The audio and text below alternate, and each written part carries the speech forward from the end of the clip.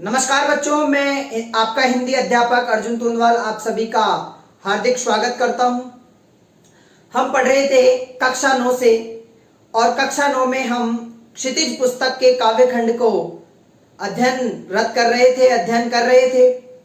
तो आज हम काव्य खंड का जो अगला बिंदु है वह है माखनलाल चतुर्वेदी। आज हम अध्ययन करेंगे माखनलाल चतुर्वेदी का जीवन परिचय और आने वाले वीडियो में हम अध्ययन करेंगे जो पुस्तक में उनकी रचना दी गई है केदी और कोकिला।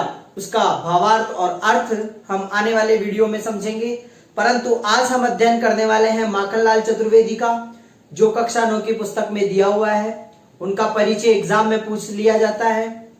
बात करें अन्य परीक्षाओं की, प्रतियोगी परीक्षाओं की दृष्टि से भी बहुत ही महत्वपूर्ण बिंदु है। माखनलाल चतुर्वेदी से प्रश्न बनकर आता है, चाहे रीट की परीक्षा हो, चाहे फर्स्ट ग्रेड, सेकंड ग्रेड, कोई भी एग्जाम हो।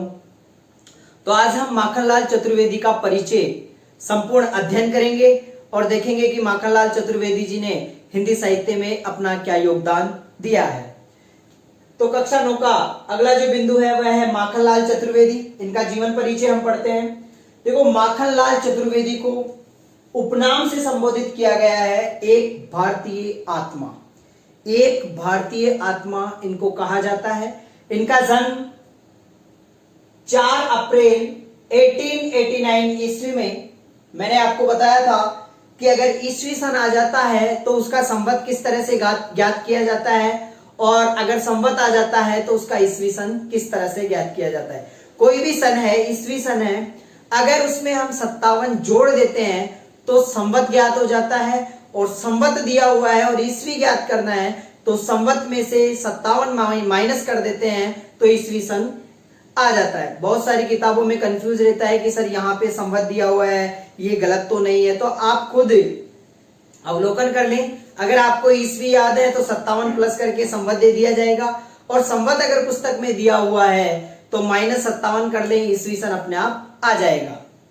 तो माखनलाल चतुर्वेदी का जन्म 4 अप्रैल 1889 ईस्वी, बाबई गांव है, होशंगाबाद जिला है और एमपी में इनका जन्म हुआ है। इनकी मृत्यु की बात करें तो 30 जनवरी 1968 भोपाल एमपी में इनकी मृत्यु हुई है। तो इनका जन्म और मृत्यु एक ही स्थान पर हुई है, दोनों एमपी में ही है। तो जन्म की बात करें तो 1889 और मृत्यु की बात करें तो 1968। माखनलाल चतुर्वेदी 16 वर्ष की आयु में ही शिक्षक बन गए थे। माखनलाल चतुर्वेदी मात्र 16 वर्ष की आयु में क्या बन गए थे? शिक्षक बन गए थे। इन्होंने पत्रिकाओं का प्रकाशन भी किया है। इनकी बहुत महत्वपूर्ण पत्रिकाएं हैं जिसका नाम है प्रभा, कर्मवीर और प्रताप। प्रभा जो इनकी पत्रिका है उसका प्रकाशन हुआ 1913 में, क्रमवीर जो पत्रिका है उसका प्रकाशन हुआ 1920 में, और प्रताप जो पत्रिका है उसका प्रकाशन हुआ 1923 में। बड़े स्तर पर जो परीक्षाएं होती है, आप रीट ले लो, फर्स्ट ग्रेड ले लो, नेट ले लो, कभी कभी इन पत्रिकाओं का क्रम पूछ लिया जाता है कि पहले कौन सी पत्रिका का प्रकाशन हुआ था, बाद में कौन सी पत्रिका का प्रकाशन हुआ था। रचनाएं, इनकी रचनाओं की बात करें तो सबसे महत्वपूर्ण बात तो यह है कि इनकी रचनाओं में राष्ट्रीयता की बात झलकती है। इनकी जितनी भी रचनाएं हैं राष्ट्रीय भावनाओं से ओतप्रोत है, और राष्ट्रीयता की भावनाओं से ओतप्रोत होने के कारण ही इनको ओज कवि कहा जाता है। यहां पे लिखा हुआ है, इनकी वाणी है ओजपूर्ण और अग्निगर्भा। ओजपूर्ण और अग्निगर्भा का मैं मतलब बता देता हूं कि जिस वाणी से आग की तरह वह वाणी निकले, या उसके भाव ऐसे हो कि आग की तरह आपके अंदर जोश पैदा कर दे, उत्साह पैदा कर दे, देश प्रेम की भावना पैदा कर दे, देशभक्ति की भावना पैदा कर दे, ऐसी जो रचनाएं होती है उनको बोलते हैं ओजपूर्ण भाव वाली रचनाएं। आगे चलते हैं। इनकी जो प्रमुख रचनाएं उनमें है हिम किरीटिनी, हिम तरंगिनी, युग चारण, वेणु लो गूंजे धरा, माता और समर्पण, ये मुख्य रचनाएं हैं। इसके साथ ही आप एक और रचना लिख लें, केदी और कोकिला। केदी और कोकिला जो कि कक्षा 9 की पुस्तक में दिया हुआ है, केदी और कोकिला। तो बात करते हैं हिमकिरीटिनी की। जो हिमकिरीटिनी इनकी रचना है, इस पर 1953 में इन्हें देव पुरस्कार मिला हुआ है। उस जमाने का बहुत बड़ा पुरस्कार हुआ करता था देव पुरस्कार, जो कि इनको मिला है। अगली जो इनकी रचना है वह है हिम तरंगिनी। हिम तरंगिनी इतनी मोस्ट रचना है इनकी कि सन 1955 में साहित्य अकादमी पुरस्कार दिया गया है इस रचना पे, साहित्य अकादमी पुरस्कार। इनकी अगली रचना है युगचारण। वेणु लोग गूंजे धरा, माता और समर्पण, केदी और कोकिला। अगर बात करें कि माखनलाल चतुर्वेदी एक कवि बन चुके हैं, भारतीय साहित्य में इनका महत्वपूर्ण योगदान है, राष्ट्रीय काव्य धारा के कवि कहे जाते हैं। इन पर प्रभाव किन किन का पड़ा है?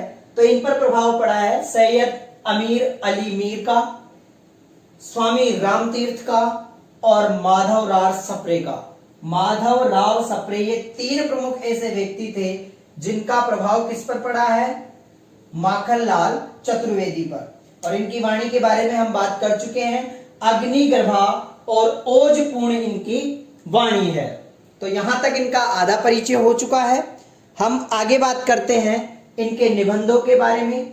इनके निबंध हैं, दो निबंध बहुत ही महत्वपूर्ण हैं, अमीर इरादे गरीब इरादे, अमीर इरादे और गरीब इरादे। और एक निबंध है इनका साहित्य देवता। इनका दूसरा निबंध कौन सा है? साहित्य देवता। इन्होंने एक नाटक भी लिखा है, कृष्ण अर्जुन नाटक, कृष्ण अर्जुन नाटक। देखो आपको बात बता दूं, इनका मोस्ट पॉपुलर नाटक है, बहुत बार परीक्षाओं में पूछा जा चुका है। कृष्ण अर्जुन युद्ध किसका है? तो आपको याद रखना है माखनलाल चतुर्वेदी का।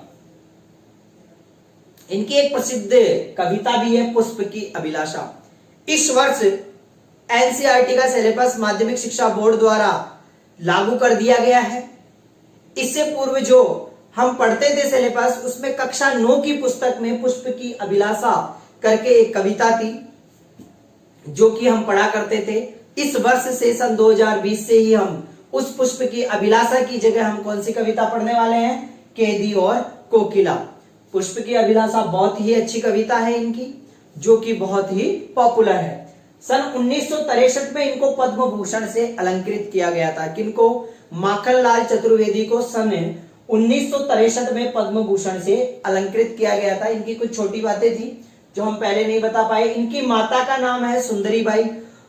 आपको कहीं पर भी ये चीज देखने को नहीं मिलेगी, इसलिए आप इस चीज को विशेष याद रख लें, बार बार पढ़ने की आवश्यकता नहीं होनी चाहिए, प्रतियोगी परीक्षाओं की दृष्टि से भी महत्वपूर्ण है।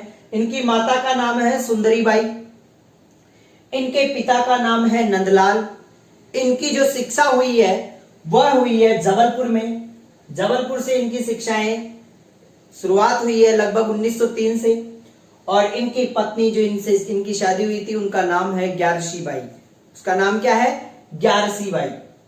ये तो था इनका माखनलाल चतुर्वेदी का एक सामान्य सा परिचय, जो कि हमें याद रखना है। परीक्षाओं की दृष्टि से हमें इनको अच्छी तरह से याद करना है, इसको कभी नहीं भूलना है। अगर आप वीडियो ध्यान से देखते हो तो आपको माखनलाल चतुर्वेदी का परिचय याद हो जाएगा। बात करते हैं, थोड़ा सा आगे बढ़ते हैं। कक्षा 9 की पुस्तक की बात करें, केदी और कोकिला जो इनकी रचना है। केदी का मतलब जानते हो? जेल में बंद केदी, वही केदी है। कोकिला का मतलब होता है कोयल। कोकिला का मतलब क्या होता है? कोयल। माखनलाल चतुर्वेदी ने इस रचना के आधार पर बताया है कि जब इनको जेल में डाल दिया गया था, तब एक कोयल पेड़ पर बैठी हुई है और वह ब्रिटिश शोषणता का जो अत्याचार हो रहा है उसके बारे में वार्तालाप होता है, जिसका अध्ययन हम केदी और कोकिला में आगे वाले वीडियो में करेंगे।